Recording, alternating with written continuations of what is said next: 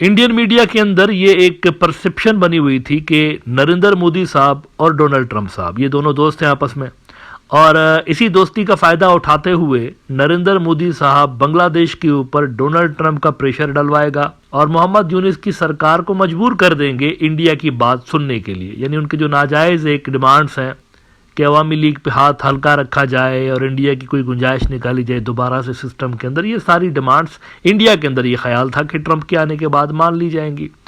लेकिन मुसलसल हम यहाँ पर ये सलाह देते रहे इन हजरात को कि आप मिसरीड कर रहे हैं। आज माइकल कुगलमैन जो कि एक बड़े अमेरिकन एक्सपर्ट हैं, उनका एक स्टेटमेंट आपको दिखाना चाहूँगा किसी जगह पर बात करते हुए, बांग्लादेश और अमेरिका के जो टाइज होंगे डोनाल्ड ट्रंप के दौर में, इस हवाले से बात करते हुए उन्होंने कुछ चीज़ें कही हैं जो कि बड़ी इंटरेस्टिंग है। उन्होंने इस तासुर को तो कैटेगोरिकली रद्द कर दिया कि डोनाल्ड ट्रंप जो है वो किसी के कहने पे या किसी के रिक्वेस्ट पे अपनी बांग्लादेश की पॉलिसी बनाएगा, ऐसा नहीं होने जा रहा। उन्होंने कहा माइकल कुगलमैन ने कि डोनाल्ड ट्रंप की जो बांग्लादेश पॉलिसी होगी वो प्योरली अमेरिकन इंटरेस्ट पे मुबनी होगी, अमेरिकन इंटरेस्ट पे बेस्ड होगी। वो ये देखेगा कि बांग्लादेश मुझे क्या दे सकता है और मैं बांग्लादेश को क्या दे सकता हूँ, that's it.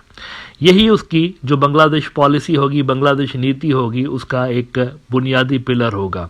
New age Bangladesh में रिपोर्ट किया गया है, Bangladesh won't be exempt from Trump's transactional foreign policy says Kugelman. इसमें वो कहते हैं कि stressing that United States president Donald Trump's foreign policy is going to be staunchly transactional, American scholar Michael Kugelman anticipates a big shift in US-Bangladesh relations from one focused on aid and assistance for development and reforms during the past months of Biden to one that will become much more governed by a what's in it for me and what's in it for America type of mindset.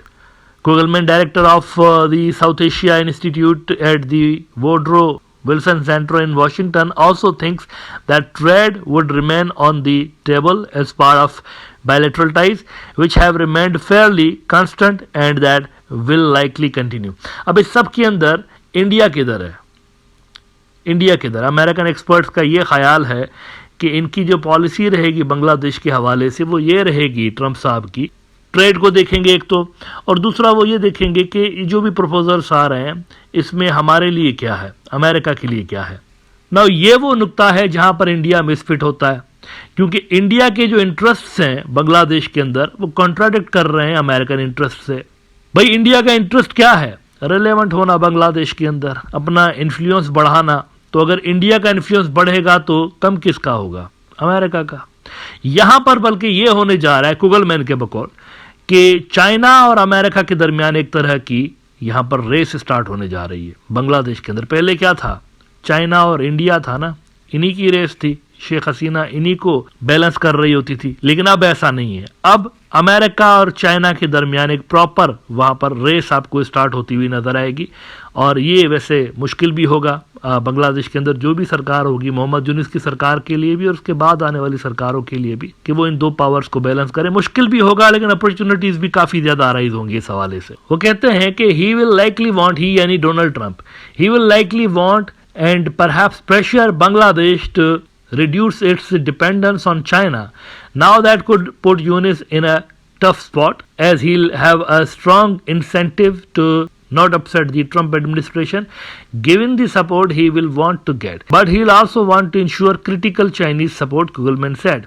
He noted that if Bangladesh was able to restore democracy and stability, this will encourage more private investment. तो यहाँ पे China और America के दरमियान proper एक मुकाबला Indians को और अपने आप को थर्ड या फोर्थ लेवल का प्लेयर बांग्लादेशी फॉरेन पॉलिसी के अंदर बना के रखें। I don't think that's gonna happen. अच्छा, आखिर में एक और इंटरेस्टिंग डेवलपमेंट हुई है, उसके हवाले से बात करते हैं।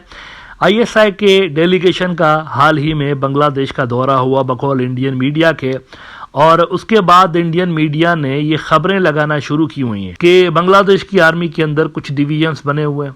वहाँ पर कोई ग्रुप्स बने हुए हैं और वकार उज़्ज़मा साहब को रिमूव करके तो उनकी जगह पर कोई दूसरा ग्रुप यहाँ पर पावर में आना चाहते हैं।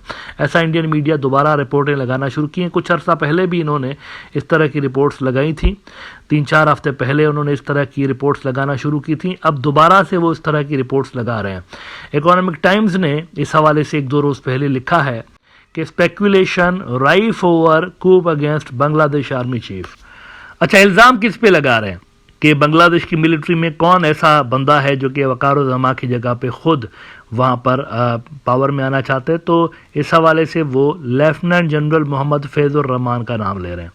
वो कहते हैं कि lieutenant general Mohammad Faizur Rahman, quarter master general of Bangladesh army, known for his pro Islamist sentiments, may be plotting to take over the reins of the army. It has been learned. Rahman had engaged with the visiting chief of Pakistan's ISI and its delegation to Dhaka last week. Rahman, however, does not command the troops and is allegedly exploiting options to garner support from within the army to execute the plan.